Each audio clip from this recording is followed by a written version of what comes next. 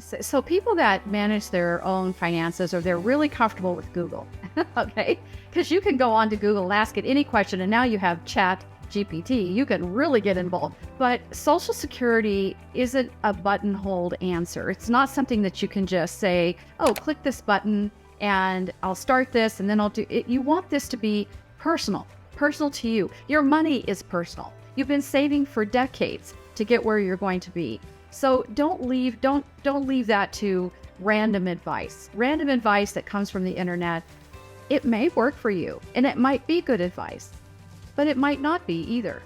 So the question that I have when someone comes in to see me about anything like this, Social Security or long-term care or their assets or how to get retirement income or market volatility or any of those things, is it's all really based on you. It's based on when you want to retire, how old you'll be, who else is involved, there's how much you have in assets, the longevity of your family. There's a lot of things to look at with Social Security.